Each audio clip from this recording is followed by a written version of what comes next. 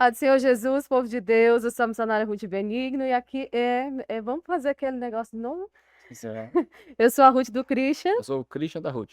é forte, viu? Nós somos os Benignos e esse é o Benigno Cast. Estamos muito felizes, né, com o que Deus tem feito em nós e através de nós. E estamos aqui hoje para falar sobre algo que ministra muito ao meu coração, algo muito forte. É um convidado, assim, que meu esposo é fã dele. Ontem ele estava falando para mim, tu não tem noção do quanto ele é bom. Então, eu vou deixar minhas pessoas apresentar ele. É uma pessoa querida, nós já lemos o livro dele que fala sobre curas, e nós queremos que hoje Deus vai falar com você através desse episódio. Kaique Islumial, evangelista, pregador, escritor, professor, pai, casado. Prazer tê-lo aqui. Maravilha. Meus queridos irmãos, a paz do Senhor Jesus. É uma alegria fazer parte aqui desse episódio, conhecendo pessoalmente a missionária Ruth, o pastor Uhum. Christian, esse casal abençoado. E tenho a expectativa de que esse episódio seja uma bênção, afinal de contas, falaremos de um tema muito importante do ponto de vista bíblico, teológico e prático. Então, gere expectativas no seu coração, porque não é só transmissão de conteúdo, é algo que realmente transcende a questão apenas teórica e tem implicações práticas sem sombras de dúvidas. E para não nos demorar, vamos dizer qual é o tema, né, desta nossa conversa, que é o Ministério da Cura segundo a Bíblia. E eu sei que com o avanço aí do neopentecostalismo, com esses movimentos aí feios, a gente acabou parando de olhar de uma forma mais bíblica, mais profunda sobre a cura, né? Quantos pilantras da fé aí, eles trazem um negocinho na mão, né, Cris? A gente já viu vários vídeos, passa aqui, olha, Deus tirou o câncer. Mas Deus faz? Faz. Ele ainda cura? Com certeza. Então, hoje eu vou deixar mais meu esposo falar. Ele vai fazer as perguntas ao Kaique. E eu quero mais uma vez aqui deixar, Kaique, de já a minha gratidão, né, por você ter aceito nosso convite. Nós amamos e admiramos a vida do Kaique, por isso é uma honra para nós conhecê-lo também. Com certeza. Kaique, sabemos que Jesus salva, cura, batiza com o Espírito Santo e em breve voltará. Dessas ênfases aí pentecostais que é secular, o Jesus cura, ele está sendo um pouco relegado. Jesus batiza com o Espírito Santo também está sendo um pouco relegado. Mas vamos falar sobre a cura.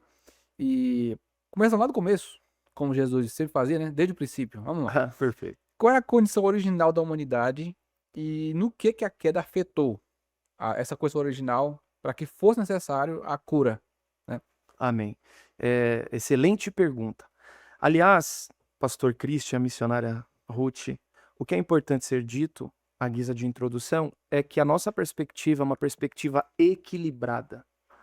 Justamente porque nós temos, de um lado, aqueles que são adeptos da chamada saúde perfeita, em que não admite, em hipótese alguma, um cristão ficar doente ou coisas do gênero.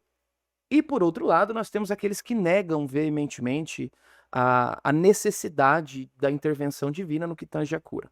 Qual que é a perspectiva equilibrada? Aquela que é revelada nas Escrituras, que foi muito bem ensinada por Cristo, pelos apóstolos e assim sucessivamente. Mas voltando um pouquinho, o que é importante nós considerarmos? Que o mundo perfeito criado por Deus, conforme Gênesis 1:31, não conhecia pecado, enfermidade e morte.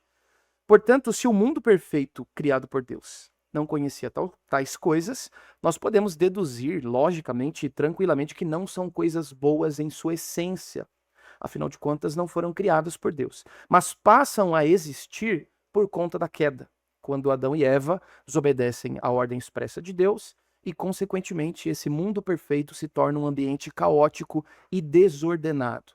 Agora nós temos pecado, enfermidade e morte. Paulo, inclusive, fala a respeito do corpo que teremos, que será um corpo incorruptível, porque o de hoje é corruptível.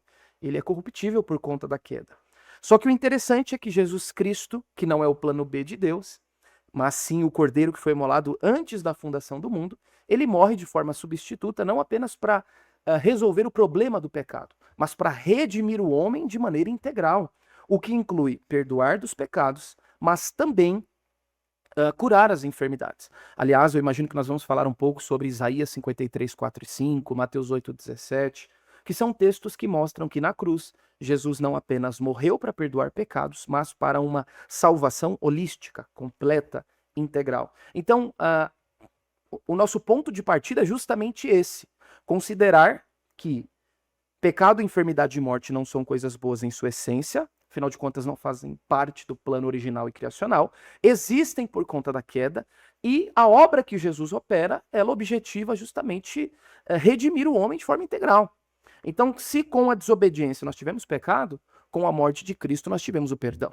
Se com a desobediência nós tivemos a enfermidade, com a morte de Cristo nós tivemos a cura das enfermidades. Se com a desobediência tivemos morte física, espiritual e eterna, com a morte substituta de Cristo nós tivemos ressurreição e vida eterna. Então perceba que a obra que Jesus operou, ela é muito maior do que os efeitos ruinosos da queda. Mas à guisa de início de conversa, é importante deixar isso claro. Porque uma das coisas que eu tenho notado é que algumas pessoas às vezes dizem o seguinte: essa doença que eu tenho foi Deus quem me deu, com o propósito de que eu me torne mais santo, que eu me torne mais piedoso e que eu me aproxime dele. A pergunta que eu faço a vocês que têm filhos e até aos nossos telespectadores: qual que é o pai que em sã consciência colocaria, por exemplo, um câncer no cérebro do filho a fim de que ele o amasse mais? Imagino que nenhum. Afinal de contas, nós temos outros elementos e meios por meio dos quais o Senhor nos ensina. O Espírito Santo, que habita em nós, a sua palavra, a igreja, os mestres, enfim. Então, é importante que seja dito de antemão que, em sua essência, a enfermidade não é uma coisa boa, ela é uma coisa má, mas ainda assim, Deus pode muito bem se valer de um mal presente para cumprir um propósito. Isso é fato. Assim como ele usa o coração mau, endurecido de Judas, para que ele seja o traidor de Cristo, ele pode muito bem se valer de uma enfermidade presente para cumprir um propósito.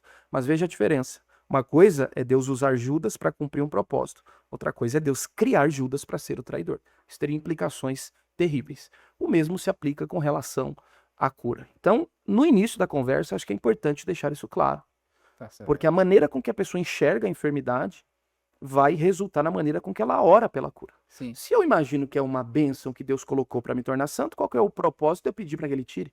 Se Deus, que é soberano, e ele sabe a maneira com que opera, decidiu colocar uma enfermidade em mim, por que eu vou pedir para ele tirar? Se ele quiser, quando ele quiser, e ao cumprir o propósito que ele estabeleceu, ele vai tirar. Então veja, a maneira que eu entendo um tema reflete inevitavelmente na maneira com que eu vivo.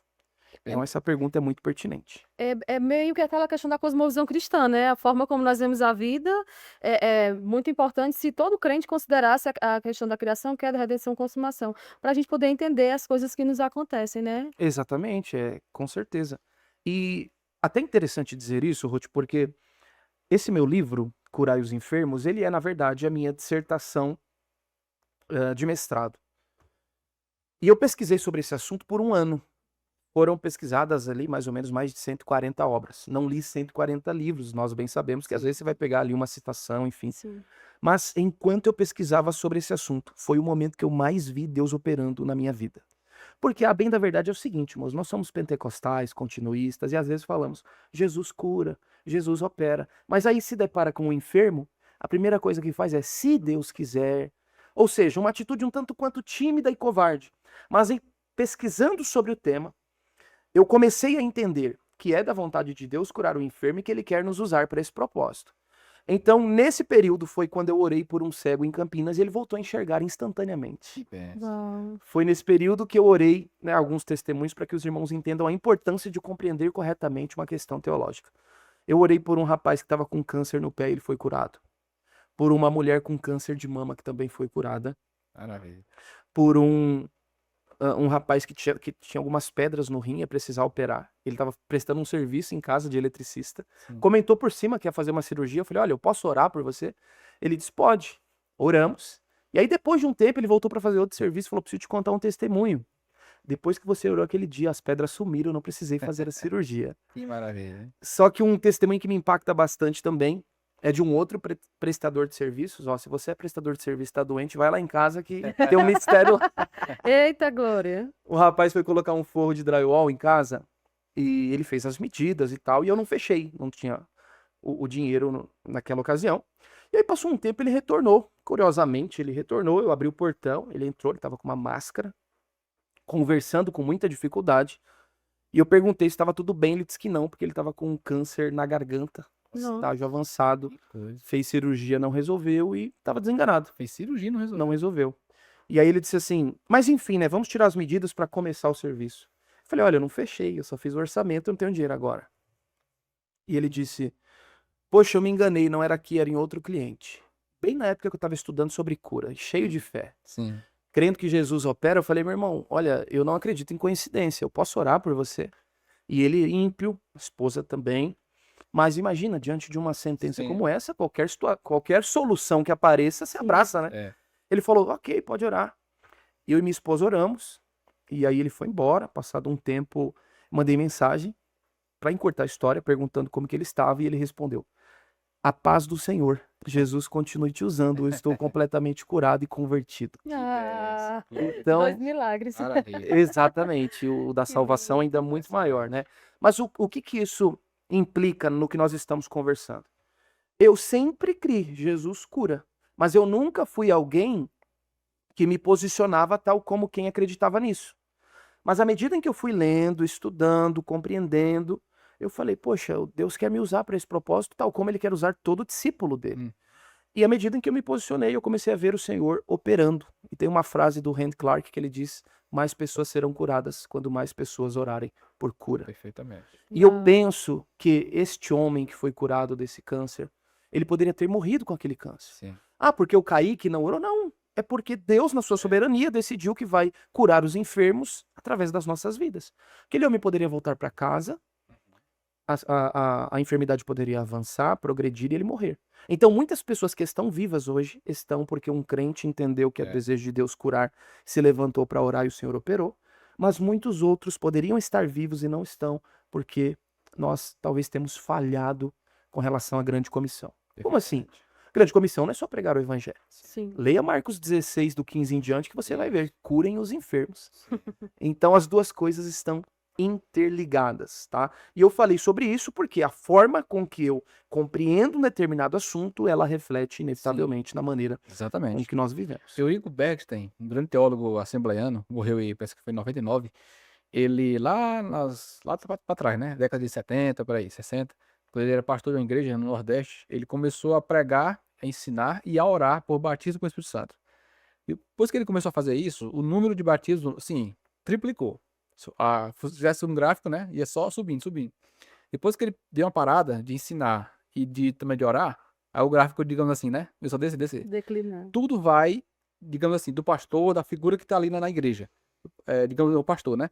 Se a pessoa estiver ensinando, pregando e orando sobre isso, vai acontecer. Exato, E a perfeito. mesma coisa com cura. Sim, Né? Se houver exatamente. ensino, pregação e oração para curar, Jesus vai curar. Ele Não vai. vai da gente, né? Pode falar. Ruth. Eu tenho um público feminino que pode estar com dúvidas agora. Eu quero depois mandar essa mensagem para as mulheres que me acompanham.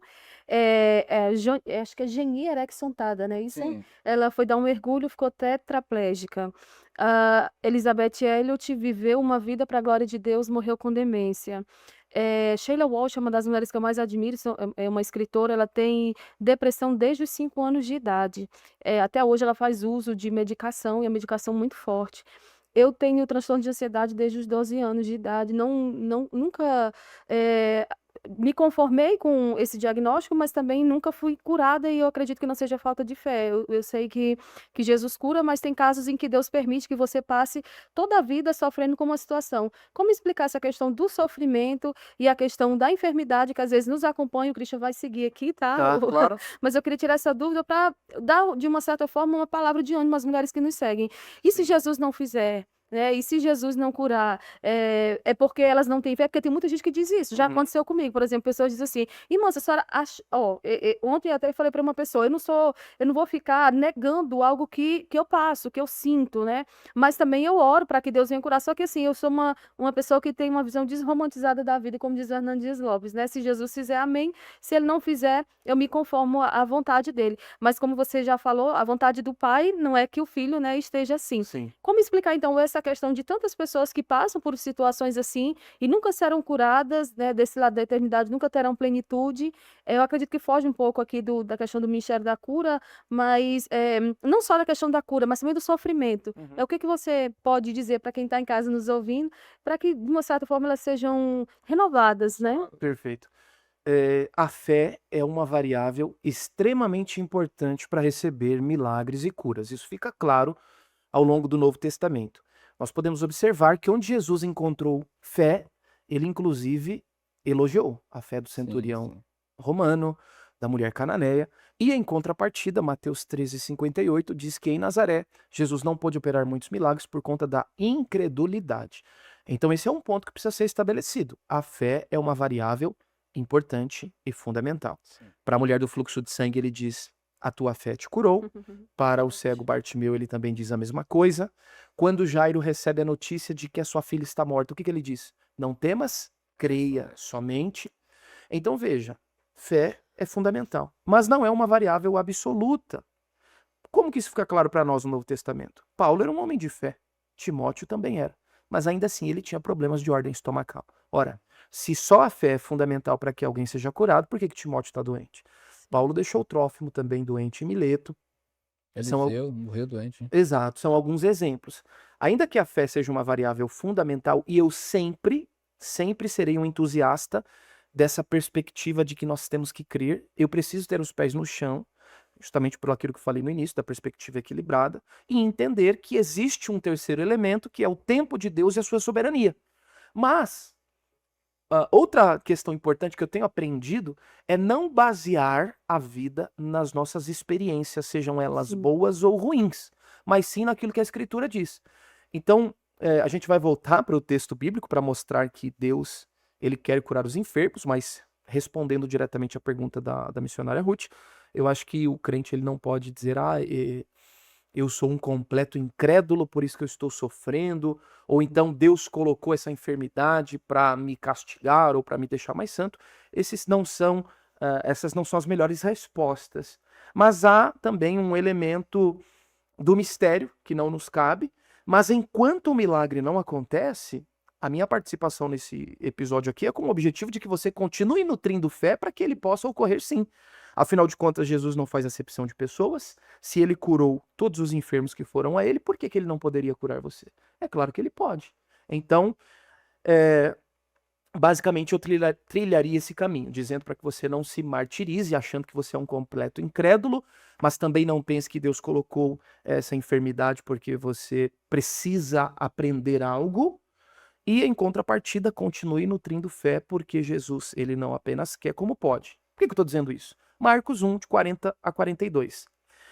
O leproso vai até Jesus e diz: Senhor, se tu quiseres, o Senhor pode.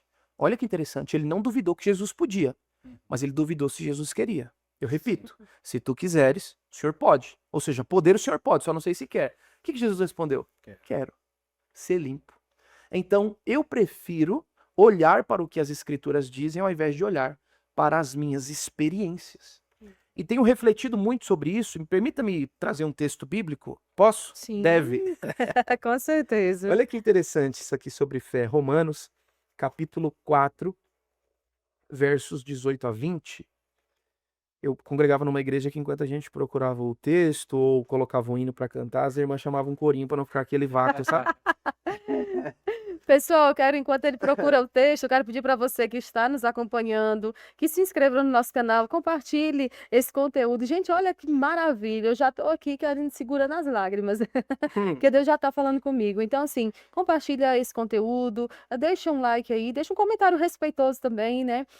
Eu acredito que nenhum crente vai discordar do que ele está falando, né? Mas compartilha, se inscreve no nosso canal e eu creio que esse conteúdo será entregue a mais pessoas e será bênção para a sua vida e para a vida de todo mundo que estiver acompanhando. Amém. Então veja, estamos falando sobre o papel da fé e a experiência humana. E eu disse o seguinte: eu prefiro olhar para as Escrituras do que olhar para as minhas experiências, sejam elas boas ou ruins. E aí eu quero citar um exemplo aqui que é o de Abraão. Romanos capítulo 4, versos 18 a 21. Olha só. O qual, em esperança, vamos do 17 para dar um pouco mais de contexto. Como está escrito: por pai de muitas nações te constituí, perante aquele no qual creu, a saber, Deus, que vivifica os mortos e chama à existência as coisas que não são como se já fossem. O qual, em esperança, creu contra a esperança, que seria feito pai de muitas nações conforme o que lhe fora dito. Assim será a tua descendência. Sem enfraquecer na fé, não atentou para o seu próprio corpo sem vitalidade, pois era já de quase 100 anos, tampouco para a falta de vigor do ventre de Sara. Isso é muito forte. Ele não duvidou da promessa de Deus, deixando-se levar pela incredulidade, mas foi fortificado na fé, dando glória a Deus. A história é muito conhecida. Abraão está debaixo de uma promessa, ele é um homem velho, Sara também não pode gerar. Do ponto de vista experiencial humano, aquilo que o olho enxerga, se ele olha para a situação dele, ele diz, não tem jeito. Então o que ele prefere? Ele prefere acreditar naquilo que Deus disse ao invés de acreditar naquilo que ele está vivenciando. Paralelo a isso, eu estava pensando no texto em que Jairo recebe a notícia que a sua filha está morta, e eu começo a conjecturar o seguinte: Jairo está ali perto de Jesus, crendo que vai acontecer um milagre. De repente ele se depara com um mensageiro vindo cabisbaixo. Ninguém traz uma mensagem de morte sorrindo. Então o mensageiro está vindo cabisbaixo para trazer a notícia que a filha morreu. Ou seja, o olho dele está enxergando isso. E o ouvido dele ouve, não incomodes mais Jesus. Por quê? A tua filha morreu. Naquele exato momento, os sentidos dele, seja a audição e a visão, estão dizendo, acabou. Só que do lado dele tem um Cristo que diz, não tenha medo, creia somente. Em outros termos, Jesus está dizendo, olha, o que você prefere? Acreditar naquilo que seus olhos estão vendo e aquilo que seu ouvido ouviu, ou acreditar em mim? Desde que você chegou e me chamou para ir na tua casa, alguma coisa mudou em mim? Eu me tornei menos compassivo, menos benevolente, menos poderoso? Em algum momento eu disse que não iria até lá? Ou seja, numa situação de morte, que é o pior possível. Jesus está encorajando esse homem a não ter medo. Então, o que eu quero dizer com isso? Assim como Abraão, que olha para a sua situação e para a da sua esposa, e do ponto de vista humano não tem como acontecer, mas ele prefere crer na promessa e naquilo que Deus disse, assim como Jairo prefere acreditar naquilo que foi dito por Cristo, eu quero incentivar você, que talvez não foi curado até hoje. Não desista. Não olhe para a sua situação. Não olhe para o seu problema. Não estou dizendo que você tem que negar, mas eu estou dizendo, mude o olhar. Sim. Pare de olhar para o que está acontecendo, decida olhar para a palavra. É o que Jesus disse para Jairo. Não é isso? Tudo bem, Jairo, você quer acreditar? Então tá bom, acabou aqui. Mas ou você prefere acreditar em mim? Então, decida crer naquilo que Deus revelou na sua palavra. Fé é justamente crer que Deus fará aquilo que ele disse que faria. E se eu preciso não ter mais nenhum sintoma para crer que eu estou curado, isso não é fé, isso é vista. Se eu preciso que não tenha mais qualquer sintomas para eu crer, eu estou completamente curado, isso não é fé, isso é vista. Mas agora crer que o Senhor opera, apesar daquilo que os meus olhos veem e que os meus ouvidos ouvem, isso é fé.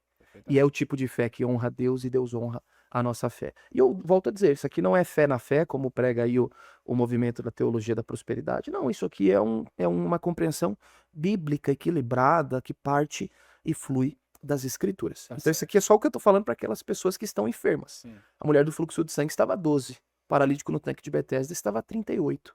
Aquela mulher tinha tudo para desistir.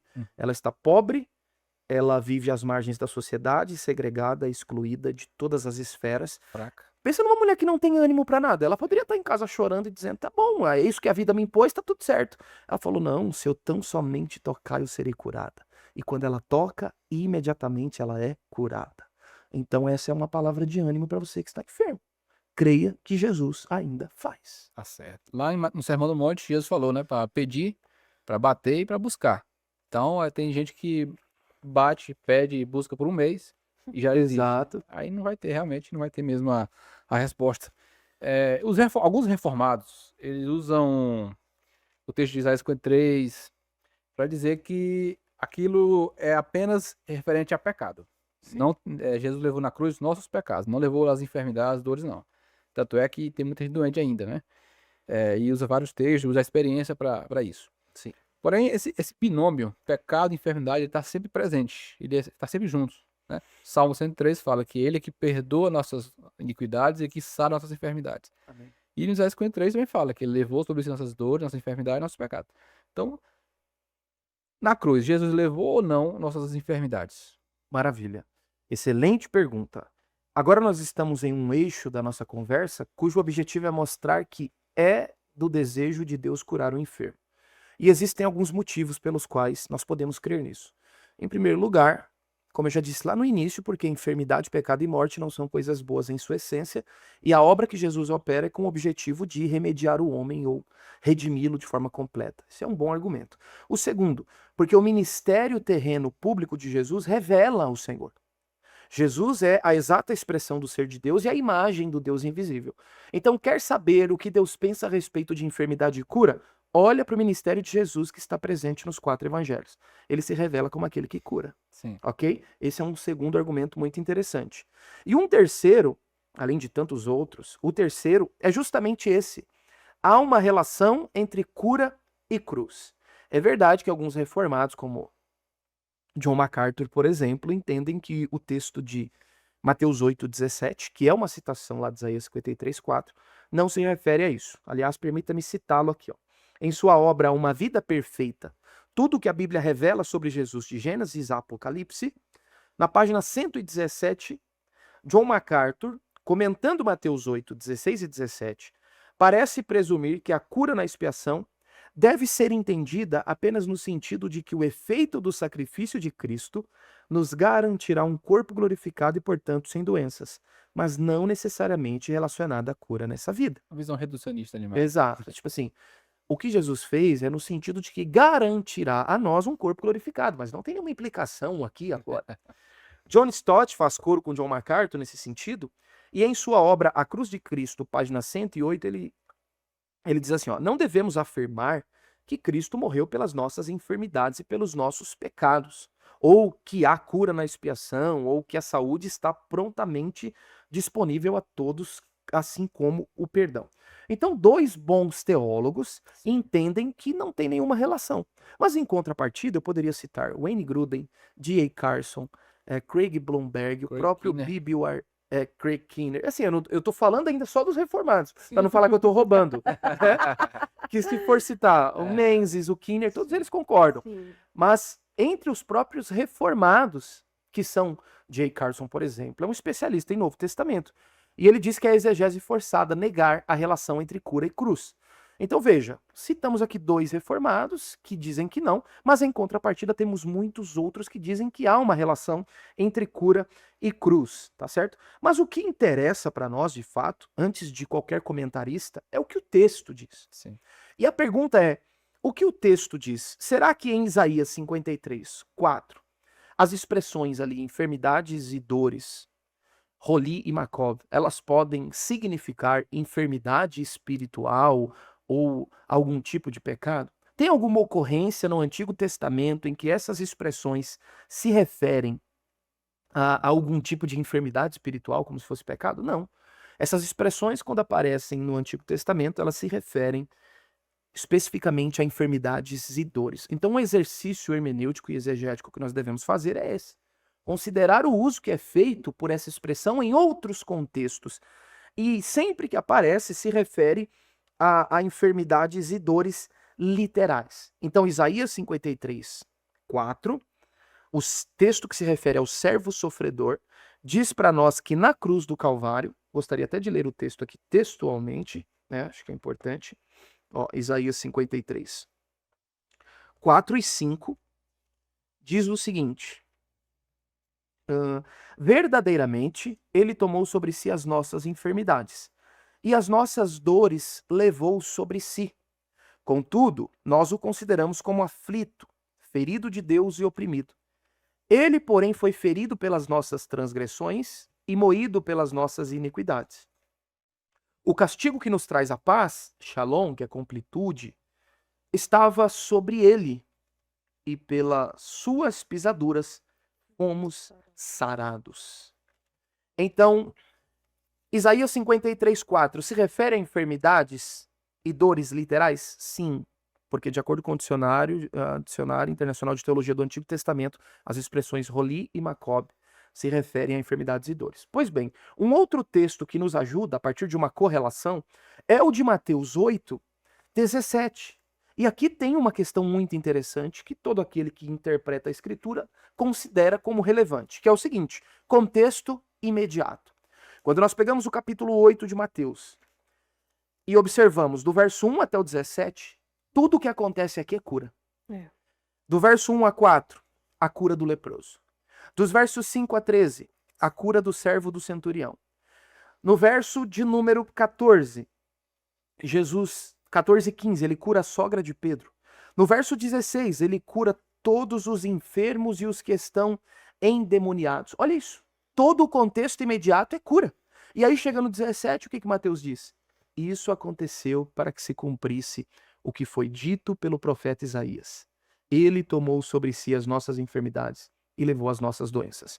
Então eu respeito muito John Stott, respeito muito John MacArthur, são excelentes comentaristas, mas aqui nós temos um comentarista divinamente inspirado pelo Espírito, que cita o texto de Isaías 53, aplicando-o ao ministério público terreno de Cristo com relação à cura. Essa é a primeira questão, contexto imediato. Em segundo lugar, as expressões que são usadas por Mateus, asteneias e nossos, de acordo com o dicionário Internacional de Teologia do Novo Testamento, se referem também literalmente a enfermidades e dores literais, não espirituais, não pecados.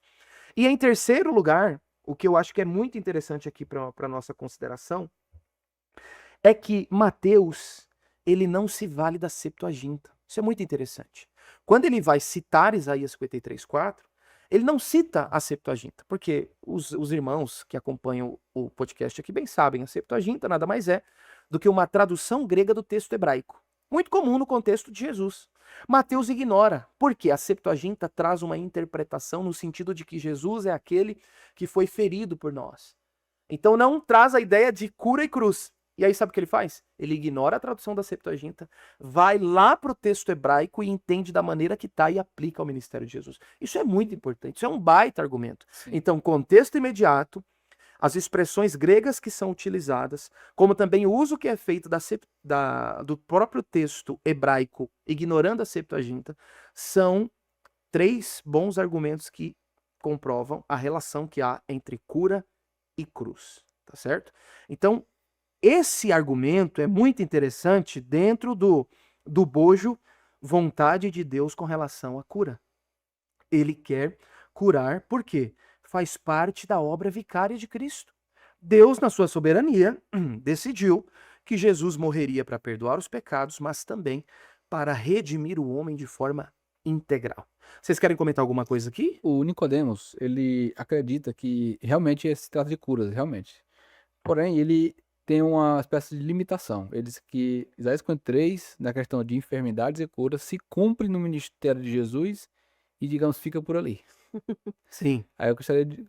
Que resposta a gente pode dar a esse argumento dele, do pastor Nicodemos, que diz que, aqui, se cumpriu, mas se cumpriu no ministério de Jesus. Não é mais pro dia de hoje. Se Deus curar, ele cura soberanamente, em resposta à oração e tal. Mas foi no ministério de Jesus em que as curas realmente vieram para acontecer e que que levou sobre si nossas enfermidades, foi no ministério dele. O ônus da prova recai sobre ele, né? Qual que é o texto bíblico que diz isso? Isso é uma inferência dogmática de alguém que enxerga, com todo respeito, é claro, e a devida vênia, um dos maiores teólogos que temos, mas ainda assim não é inerrante, não é Sim, infalível, né? Não é divinamente inspirado, e nós podemos discordar com toda educação. Mas eu acredito que é mais uma interpretação dogmática de alguém que enxerga as escrituras por esse prisma cessacionista. E não é o caso. Hebreus 13:8 diz que Jesus é o mesmo ontem, hoje e eternamente. E paralelo a isso, eu perguntaria o seguinte: se na cruz do Calvário, o texto é claro, e ele concorda, né? Eu não vi essa fala, mas o senhor está dizendo que ele concorda. Então, se ele concorda que na cruz Jesus morreu pelos pecados e pelas enfermidades, por que que o efeito dos pecados permanece e o da cura não? Né? Então, Quem tem autoridade para fazer essa distinção e dizer, isso aqui continua, isso aqui não? Nós não podemos fazer isso. sim. Se uma coisa continua, a outra, consequentemente, também deve próprio- continuar. Nicodemos foi curado num avivamento na África do Sul. Ali, ele foi curado da sua esterilidade. E ele não fez nada, ele só participou do culto, que estava ali caindo o poder de Deus. E uma semana depois, ele fez o teste ali de espermograma e viu que estava fértil. E ele nunca tinha sido fértil. Né? Aí ele teve Benção. filhos, teve 3 filhos. Glória a Tá? Deus. Mas, para ele, por causa da visão sensacionista que ele tem, né? Acaba que Limita a visão. Né? aquilo que nós conversamos no início, a forma com que nós entendemos um determinado tema, implica na vida prática, né? Sim. Antes que o Christian te faça a próxima pergunta, eu quero fazer aquelas perguntas da terceira série, quinta série. Quando a gente vê algum debate sobre esse assunto, muita gente diz, tá, mas eu vou pegar o gancho aqui do que o pastor falou, se é válido para os dias de hoje, por que não acontece hoje igual acontecia antes? Por que que não acontece em questão de quantidade? De quantidade, isso. Por que que os milagres não acontecem? Por que que muita gente ora e não acontece? Por que que fazem eventos de cura, de avivamento, às vezes até evento pago, né? Mas o povo vai e sai do mesmo jeito. Porque teve até um senhor aí, acho que era em Goiânia que ele estava, que ele orou para uma mulher e orou, e orou, e orou, mandou ela levantar da cadeira, ela não levantou. Eu não sei nem quem foi que ele culpou, né? Mas a culpa caiu em alguém, não sei se foi do povo, enfim. Mas o que dizer? Olha, por que que nós não vemos tantas curas hoje quanto víamos anteriormente? Depende do que nós estamos falando. Talvez a pessoa que pergunta isso, não necessariamente o caso da missionária, Sim. mas a pessoa que está perguntando talvez não vê no contexto da sua igreja local. Sim. Mas eu poderia citar aqui alguns nomes de grandes homens de Deus que têm claramente um ministério de cura. O evangelista Rubens Cunha, o evangelista Jânio César, o próprio Emanuel Martins, meu amigo, o bispo Rinaldo Silva, lá de Goiás, pastor Hernani Santos. Verdade. Sim. Diga para esses homens que vocês não estão vendo tantas curas, ele vai dizer, eu estou. Exato. A grande questão é que as pessoas que geralmente questionam por que que nós não vemos mais tantas curas são aquelas que não oram pelos enfermos. Por que que nós não vemos? Porque nós não estamos orando tanto quanto deveríamos.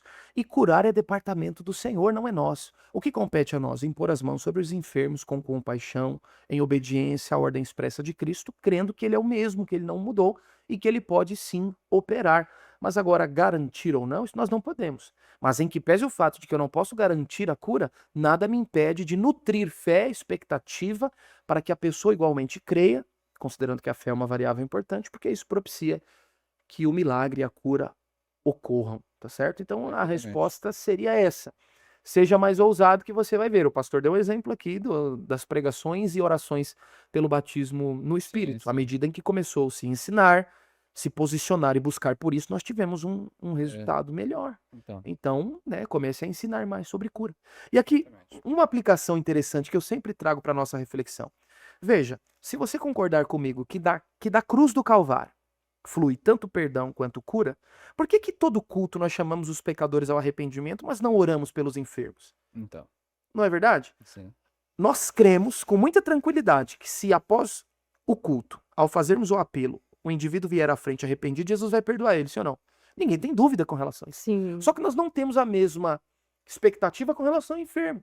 Então, por medo de eventualmente chamar o enfermo e ele não ser curado e aí não manchar minha reputação, deixa lá, melhor não se envolver com isso, né? É. Que é a síndrome daqueles que estavam presentes em Marcos 2 questionando Jesus, quando ele diz, perdoados estão os teus pecados. Ele diz, aí é fácil, né? Ninguém tá vendo nada. Aí Jesus fala, tá bom, para que vocês saibam que o Filho do Homem tem poder para perdoar pecados, a ti te digo, levanta, toma o teu leito e vai embora, vai para tua casa. Ou seja, esse é também o nosso dilema. Nós temos facilidade em crer que o pecado está sendo perdoado, porque não tem nenhuma manifestação visível que comprove ou não. Mas agora, ter essa mesma coragem para chamar o enfermo à frente, aí é outra conversa. Talvez quando nós tivermos mais ousadia nesse sentido, Sim. veremos mais manifestações da parte de Deus. Tem que ter fé, realmente, Não para é? que vai acontecer. Eu, quando era novo, 2009, 2010, comecei a pregar ali, e estava estudando a Bíblia sobre isso, né? Eu tive que maratonear a Bíblia de estudo pentecostal, né? Então, tudo que estava ali eu acreditava piamente. Então, Perfeito. quando eu pregava, no final sempre chamava para conversão e para cura também. Amém. E não tava nem aí. E uma vez eu orei pra minha avó, ela ficou curada. Orei pro meu primo pequeno, ele ficou curado também. Aí eu parei. Começou a estudar teologia? Aí esfriou. A próxima pergunta. No grego tem uma palavra que é uma palavra muito importante, a palavra sozo, Sim. né? Quer dizer salvação. Ela é aplicada de múltiplas formas no Novo Testamento. Como é que o senhor relaciona ela com a palavra cura? Muito bom. Essa questão do sozo, ela é importante demais com relação ao ministério de cura.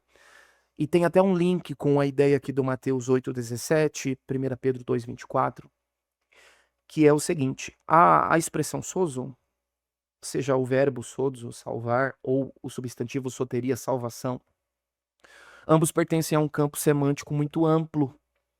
E o Dr. Michael Brown, em sua obra O Deus que Cura, que é simplesmente um Tratado, hein? tratado teológico sobre cura, irmão.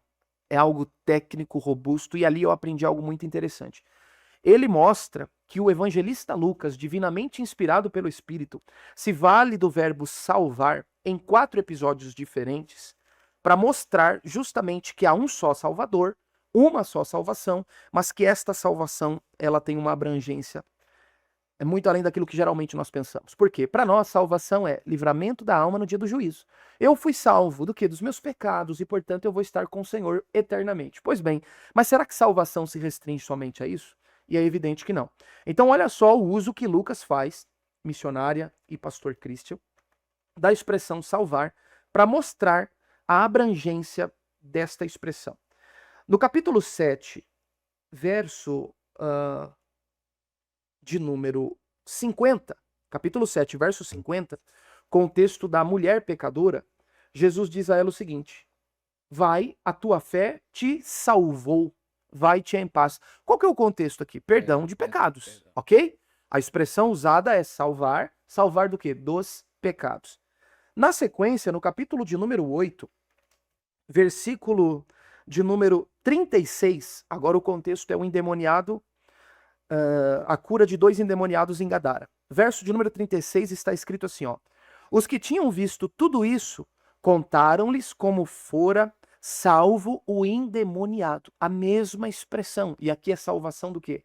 Ser liberto do poder das trevas. Isso. Na sequência, no versículo de número 48, está escrito assim, ó: então Jesus disse à mulher do fluxo de sangue: tem bom ânimo, filha, a tua fé te salvou, vai-te em paz. Novamente a expressão salvar, e o contexto é cura. Então Jesus curando, ou salvando, ou libertando das enfermidades. E na sequência, verso de número 50, Jesus diz para a mulher, ou melhor dizendo, para Jairo, a respeito da sua filha: não temas, creia somente e ela será salva. Salva do quê? Da morte. Então olha que interessante.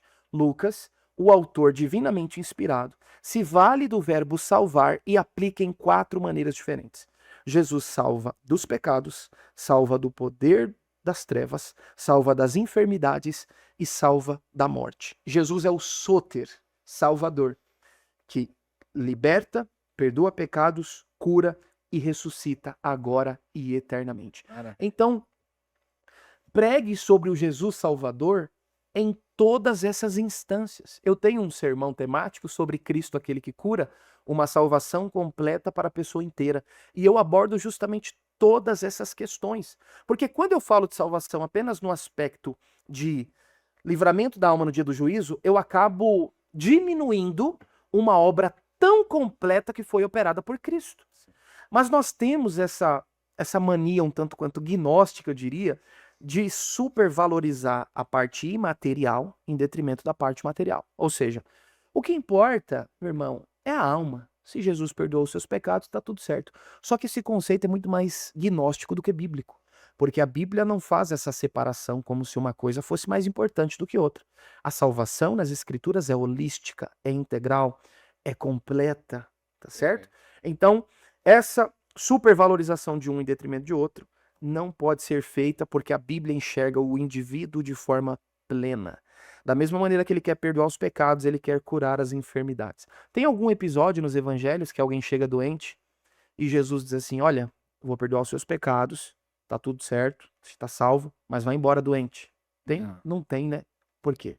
Porque a salvação é holística, é completa e Jesus sabia muito bem disso. Perfeitamente. Queria que você comentasse aquele texto lá de Tiago 5, 16, 17 ali, que fala do presbítero, né? Quem tiver enfermo, né? Chama os presbíteros, e ele vai ungir com óleo, vai orar, e se tiver cometido pecados, serão perdoados. E a oração da fé sarará o A oração, doente. perfeito. Estava até conversando com um colega ontem sobre esse texto, que nós não fazemos isso, né? A orientação do texto bíblico é a seguinte: se alguém estiver doente, chame o presbítero ou o pastor para que ele ore. E a oração da fé, o que vai sarar o enfermo, não é o elemento, o óleo, mas é a fé do indivíduo. E nesse mesmo livro de Tiago, quando ele fala assim: você tem fé? Tem. Tá, então mostre a sua fé com obras. O que geralmente nós pensamos? Santificação. Eu nasci de novo, preciso lutar contra a carne e ter desejo por boas obras. Mas, meu amigo, é em todos os aspectos da vida. Você tem fé? Sim. Então comporte-se como quem tem. Por exemplo, quando você estiver doente, chame o seu pastor para ir à tua casa orar por você. Isso é um comportamento de alguém que acredita no texto bíblico inspirado. Então nós não podemos reduzir apenas a questão da santidade, né? Você nasceu de novo? Pois bem, então evidencie isso. É em todos os aspectos. Isso aqui é muito abrangente, meus irmãos. Se eu creio, por exemplo, que Jesus comissionou os 12 em Mateus 10, os 70 em Lucas 10 e todos os cristãos em Marcos 16 e em Atos 1, de 4 a 8, eu preciso crer nisso e me comportar como tal.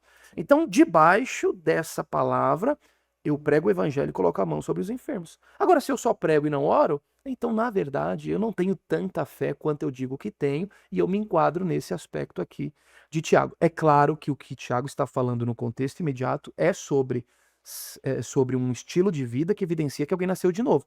Mas, de fato, se eu nasci de novo e creio que a Bíblia é a palavra de Deus, é a minha regra de fé e prática, eu preciso crer, inclusive, que quando eu estiver doente, eu preciso chamar um presbítero, um pastor no caso, para vir orar, crendo que a oração da fé levantará o enfermo. A gente não faz isso, a gente não tem esse A costume. prática comum não é chamar o presbítero, é ir no farmacêutico, é ir no médico. Que é pior ainda, né? Se pelo menos fosse ir à igreja, Isso. ó, o pastor não vai vir na minha casa, mas eu vou até a igreja. Tudo bem. Isso. O problema é, isso é fato, cara. A pessoa tá doente, aí toma lá um remédio, não tenho nada contra, a boa medicina é uma bênção e é um meio pelo qual Deus opera. Mas o problema é, tá doente, toma um remédio. Não melhorou, pronto-socorro. Não melhorou, UTI. Não melhorou. Caixão. Aí chega. Não, aí antes do caixão chega lá na igreja, É o último orar, recurso. isso. É o É último A o oração último tornou-se o recurso. último recurso e não mais o primeiro. Então tome o seu remédio, mas tome o seu remédio orando, Senhor, opere por intermédio desse remédio, que ao tomar dele eu seja plenamente curado para a tua glória. Sim, Entendeu? Então, Ezequias teve aquele o emplasto de figo, né? Depois da palavra que ele ficaria curado, mas Isaías mandou fazer lá o emplasto de figo ali para colocar na sobre sim, ele. perfeito, uma coisa não anula a outra, nós não somos nenhum tipo de negacionista nesse sentido. Cremos que a boa medicina é bênção, existem bons médicos, inclusive, mas precisamos crer que Jesus é o mesmo ontem, hoje e eternamente, que ele não mudou, que ele deseja operar. Certinho. Como que tá o tempo? A gente tá avançando, tem ainda alguns minutos. 15 Eu gostaria de minutos. falar sobre fé. Acho que é Muito importante bem. isso, Antes de né? falar sobre a fé, Sim, inclusive já pensou, vou fazer agora, tem a ver com isso. Hebreus 13:8 fala, Jesus que é o mesmo ontem, hoje e eternamente. A gente crê muito no Jesus de ontem, a gente crê muito no Jesus de eternamente. Mas no Jesus de hoje, nós temos dificuldade, né? E perfeito. hoje Jesus está curando, hoje não. Ontem ele curou, tenho certeza. Amanhã, eternamente, não, nós vamos ficar curados, vamos ser glorificados. Ele vai ser, vamos ser arrebatados. Agora, o de hoje, a gente fica assim meio temeroso, né? Você vai curar mesmo? Muito bem observado. Engraçado isso aí, é verdade, cara. Na prática é isso. O Jesus das Escrituras, eu creio, o Jesus que vai voltar em grande glória e eu teria o corpo glorificado também, mas hoje é difícil. Sabe por que que é difícil, meu irmão? Ontem eu fui ministrar cura para um casal que eu nem conheço. Assim, muito curioso. Eu fui pregar num domingo numa igreja, a convite de um colega. Após a pregação, a mãe dele disse assim: eu trabalho como motorista de aplicativo, fiquei sabendo de uma mulher que está com o marido em casa com um tumor. Ela perguntou pra mim, será que Jesus ainda cura? Perguntou de maneira muito genuína, porque a situação, do ponto de Sim. vista médico, é irreversível. Eu falei, claro que ele cura, tudo é possível ao que crê. Então ela disse pra mim, o senhor teria coragem de ir lá comigo? Eu falei, com o maior prazer do mundo. Então peguei meu carro, fui até lá 40 minutos, não conheço as pessoas, mas fui com muita expectativa. E eu disse àquela mulher, olha, a senhora será tentada a não crer que Jesus seja capaz de operar, porque ao acordar, quando a senhora acorda pela manhã, se depara com esse homem, o seu marido, no leito, deitado na cama com toda essa deficiência, e os seus olhos e as circunstâncias dizem, não tem jeito, acabou. É aquilo que eu falei a respeito de Jairo. Então por isso que hoje, pastor Christian, as pessoas têm facilidade em acreditar no Jesus que operava, têm facilidade em acreditar no corpo glorificado que terão, mas o mundo caótico e desordenado que vivemos, que é esse período entre o meu nascer e o meu morrer ou o retorno de Jesus, é um mundo caótico, desordenado, que de repente você recebe uma notícia de um diagnóstico e aí as coisas saem do controle. Então tudo isso coopera. Então eu não quero chamar essa pessoa de incrédula. Eu sei, eu te entendo, é natural, os seus olhos estão vendo isso, os seus ouvidos, né? Mas o desafio da fé é justamente esse. Crer contra o cenário. Noé não começou a construir a arca quando ele viu o céu nublado. Ele começou a construir quando ele ouviu uma palavra de Deus. Pedro, quando não tirou os olhos de Jesus, olhou para a tempestade e começou a afundar. Começou a afundar. Então, até a questão do Noé é interessante, porque depois quando ele termina a construção da arca, não começa assim que ele fecha a tampa, É. começa a chover, não, demora ainda 7 dias. Imagina os 7 dias como não foram 7 dias E- difíceis. Os filhos perguntando, pai, o senhor ouviu Deus? Sim. Quantas vezes? Uma só. Isso. Há quanto tempo atrás? Há mais ou menos uns 100 anos atrás. Eu Ele ouviu. imagino os sites de fofoca que eu gosto da época de Noé, né? Dizendo, olha, Noé construiu uma arca aí, dizendo que vai chover, mas até agora não choveu, Agora né? nada. É, que vergonha, né? Esse homem de Deus aí não é homem de Deus, né? Da época teria esse... Exato, cara. E ele ouviu Deus falar uma única vez no intervalo de aproximadamente 100 anos e ele decidiu crer. E nós, o que temos hoje? Nós temos o Antigo e Novo Testamento. Isso. Nós temos 2000 anos de história da igreja que mostra Jesus operando. O Espírito Nós Santo. temos testemunhos inúmeros, nós temos o Espírito Santo. Ou seja, Noé tinha menos elementos, embora o próprio Deus tenha falado com ele mais uma única vez. Então, do ponto de vista comparativo, eu imagino que Noé tinha menos elementos que pudesse cooperar para que ele nutrisse fé. E nós temos tanto para crer em Cristo e ainda assim optamos por nos agarrar à circunstância. Então, a fé é uma variável importante. E eu gostaria de falar sobre isso agora, porque tem um texto bíblico aqui que é muito bacana. Mas antes, deixa eu só citar um outro texto, pastor. 1 João, primeira carta de João, capítulo 5, verso 14 e 15. É um texto que eu gosto demais, que diz Ah, assim: sim. esta é a confiança que temos nele, que se pedirmos alguma coisa segundo a sua vontade, ele nos ouve. Olha que interessante, presta atenção nisso. Isso aqui é muito forte. Esta é a confiança que temos nele, que se pedirmos alguma coisa segundo a sua vontade, ele nos ouve. Verso 15. E se sabemos que ele nos ouve em tudo o que lhe pedimos, sabemos que já alcançamos os pedidos que lhe fizemos. O que João está dizendo é, quando eu oro com base naquilo que é revelado na Escritura, que está alinhado com a boa vontade de Deus, eu posso ter a garantia que ele, verso de número 15, que nós já alcançamos. Não é que eu vou alcançar, eu já alcancei. Se eu estou orando com base naquilo que é revelado na palavra de Deus, então eu posso ter a garantia que eu já alcancei aquilo que eu pedi. Isso aqui está em plena consonância com Marcos capítulo 9, 23? 11, capítulo 11, versos 22, 23 e 24, que ele diz que quando nós orarmos, temos que orar crendo que já recebemos. Irmão, Jesus está ensinando isso. Então não é aquela ideia de confissão positiva, é simplesmente um orar crendo que já aconteceu. E aí João, que andou com Jesus e ouviu Jesus orando, ele ouviu os ensinamentos sobre cura, sobre oração, agora inspirado pelo Espírito, ele quem registra. Então, se eu estou pedindo alguma coisa que está alinhada à vontade de Deus, eu posso ter a garantia que eu já recebi. Então, o que nós mostramos aqui? Que é da vontade de Deus curar o enfermo. Então eu posso orar na certeza de que curar os doentes é a vontade de Deus, com base naquilo que está revelado na Escritura, sem forçar o texto, com essa perspectiva. Pois bem, por que eu estou dizendo isso? Porque um dia eu vi um testemunho muito forte. Uma menina, ela tinha tuberculose. E os médicos disseram, olha, não tem jeito, você vai morrer, tá? Pode ir para casa.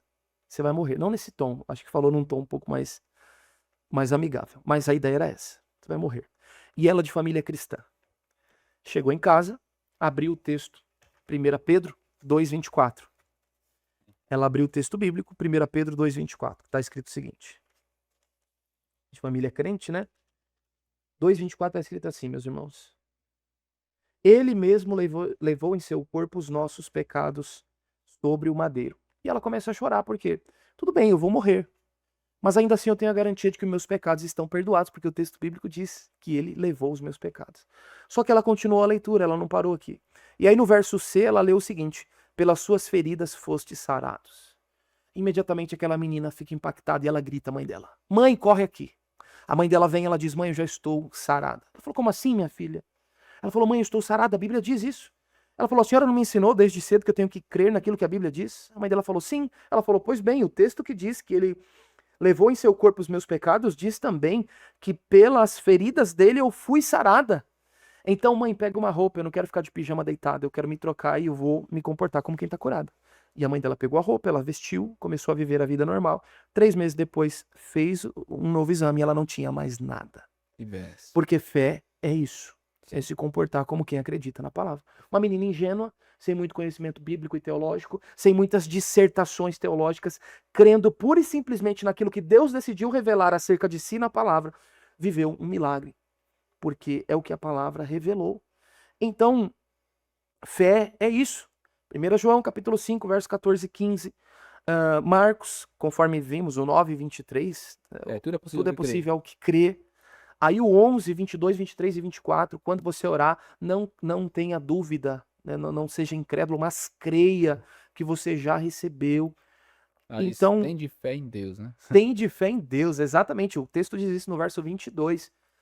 E aí uma última construção teológica aqui a respeito da fé, com o objetivo de encorajá-lo.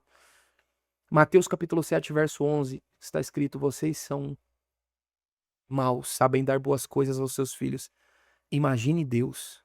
Deus dá boas coisas aos seus filhos. Qual que é a construção teológica que eu gostaria de fazer? Atos 10, 38 diz que Jesus, ungido pelo Espírito, saiu fazendo bem a todos e curando os enfermos oprimidos do diabo. Curar é uma coisa boa e Jesus fazia isso. Então veja, se o pai, eu, pai, pecador, sei dar boas coisas ao meu filho, e Deus, que é muito melhor do que eu, dá coisas boas aos seus filhos, e Lucas diz em Atos 10, 38 que cura é uma coisa boa, logo eu posso me assegurar nesse texto bíblico para pedir ao Senhor. Não pedir como mendigo, pedir como filho. Porque quando meu filho pede alguma coisa para mim, ele não precisa ficar implorando como mendigo pedinte. Eu amo meu filho, eu tenho prazer em abençoá-lo. Então, o pai abençoa da mesma maneira. Só que a bem da verdade, irmãos, não quero aqui monopolizar a fala, mas os exageros do neopentecostalismo nos faz, às vezes, não conseguir enxergar aquilo que a Bíblia revela.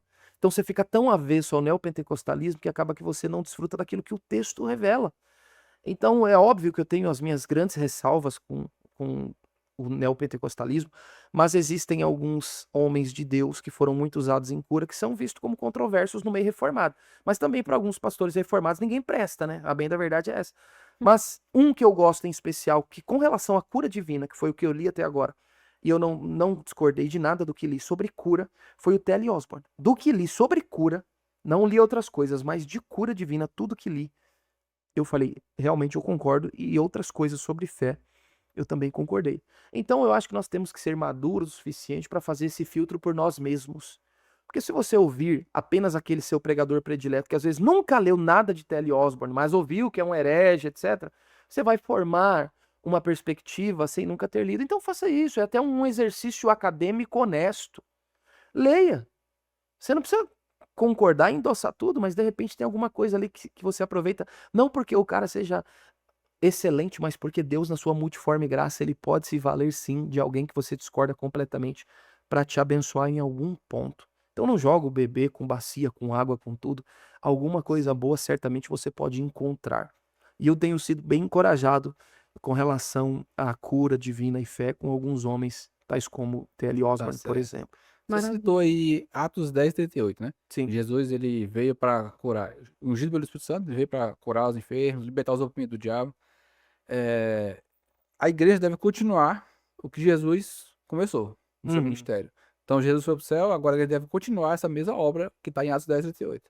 Andar por toda parte fazendo bem, curando os enfermos, libertando os oprimidos do diabo, né? Assim. Perfeito. Então, como é que a igreja deve ministrar a cura bíblica hoje? De um modo saudável, Amém. equilibrado, bíblico? Glória a Deus. Atos 1 e 1.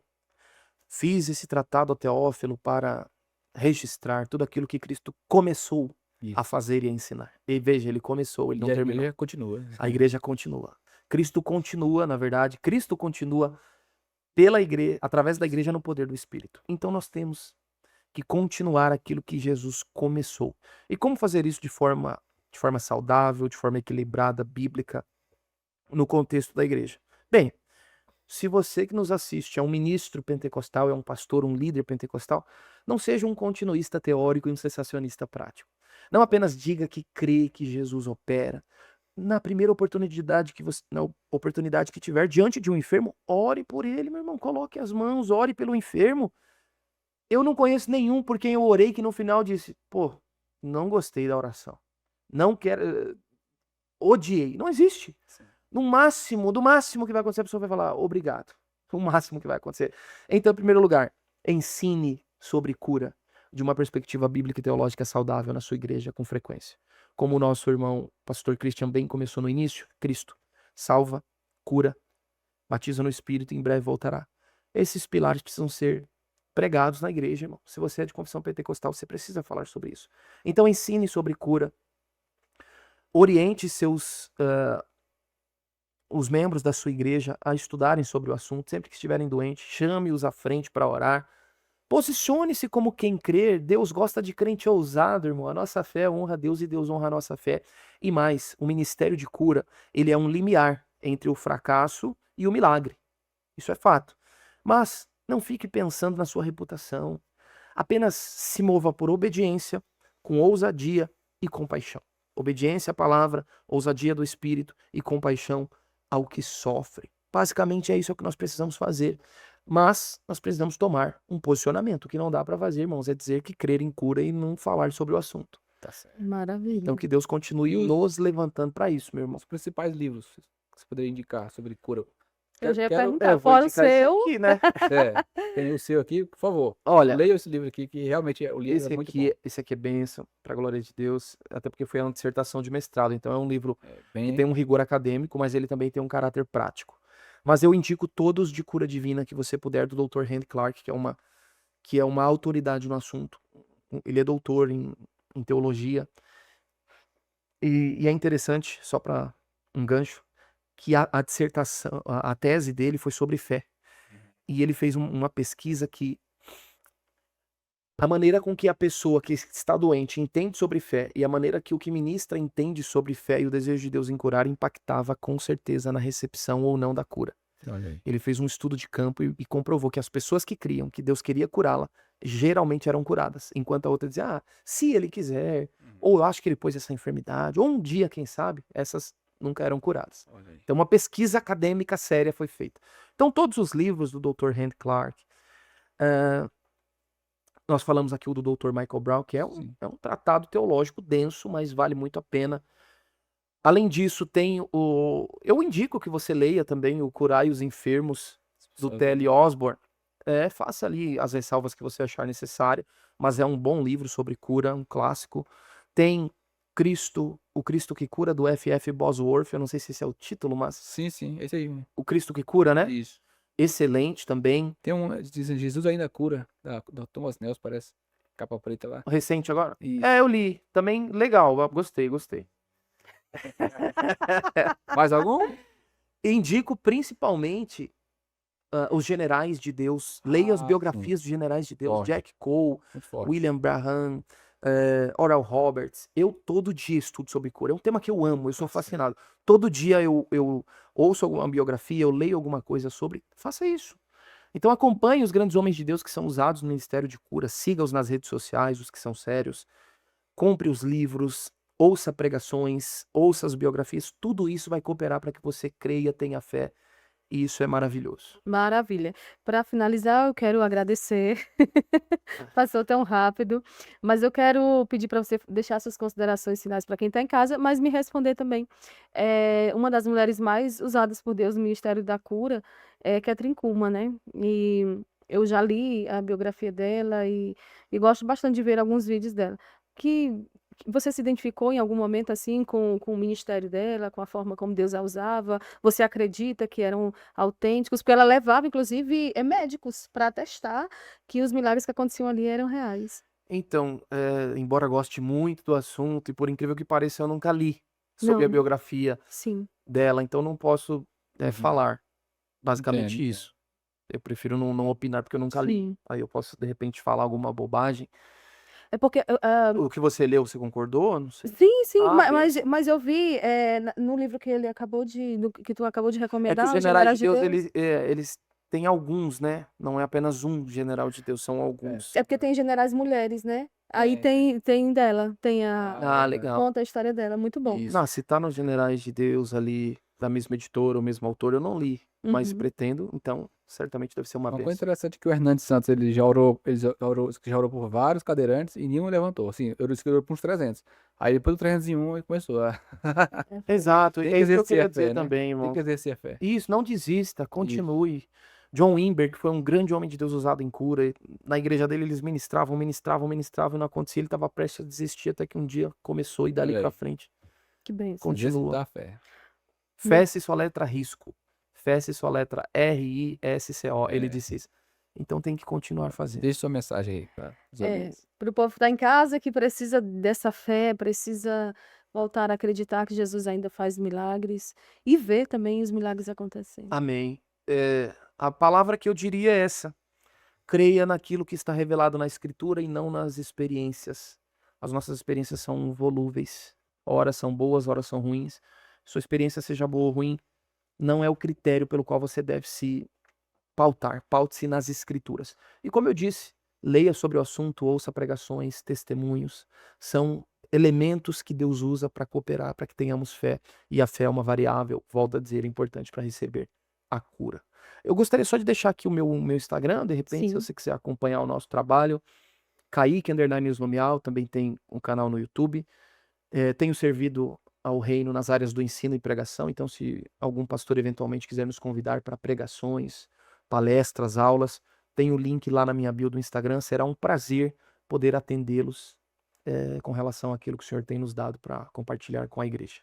Muito bem. Que benção. Gente, por favor, vou pedir mais uma vez.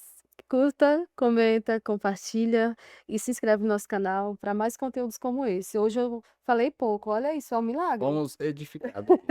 Benção. Hoje eu estou saindo daqui assim com a fé renovada, crendo que o ministério de cura ele é atual ainda mais do que o que eu já cria e nós precisamos exercitar essa fé para a glória de Deus. Benigno Cast, esse é o seu podcast dos benignos, não é isso? É.